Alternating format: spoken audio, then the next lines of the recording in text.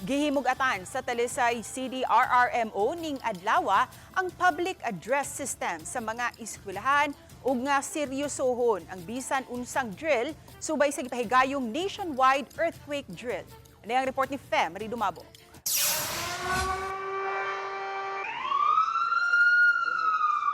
Sa pag-alarm pa ning public address system sa Talisay City Central School, pagpaybaw nga adunay linog, daling nagdak, cover and hold ang mga tinunan.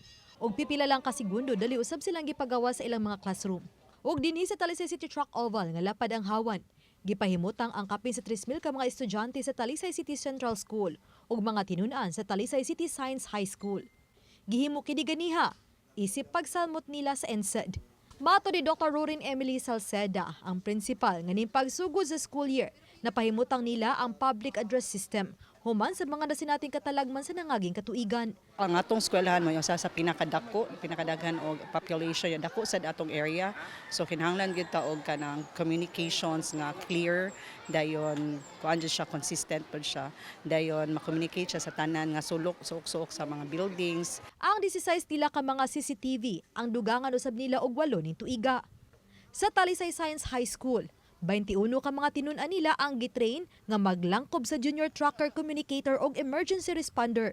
We also have trained our students, natin mga student responders, kay in case na mga panghitabo, at least man lang na ay maka-assist po sa to ang teaching personnel nga sila pod mismo focused, determined, trained po sila, basic life support, response team, and even radio handling communication. Matod sa disaster head sa Talisay City DepEd Division nga tanang pampublikong eskwelahan sa Talisay City ang nisalmot o ganaw sa mga pipila ka mga private school. Nipakita sila sa angan nilang buhaton kung adunay maangol o guban pang emergency kung adunay kusog nga linog. Nasukod usab ang katako sa usa ka tunghaan sa high school human upat nila ka mga tinunan ang nag-hyperventilate atol sa drill.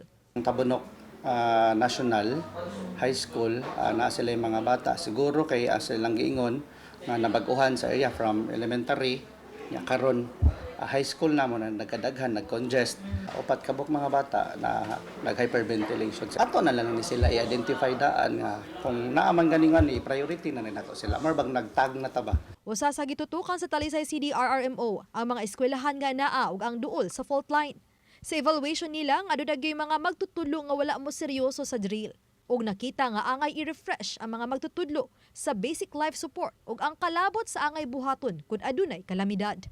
Usa ka teacher, then 60 ka mga bata. Dili ginalalim ang pag-handle na. Kaya kadaghan niya, ikaw pa.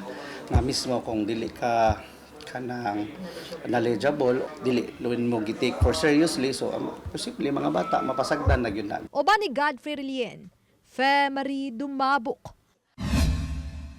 Balitang Bisdak.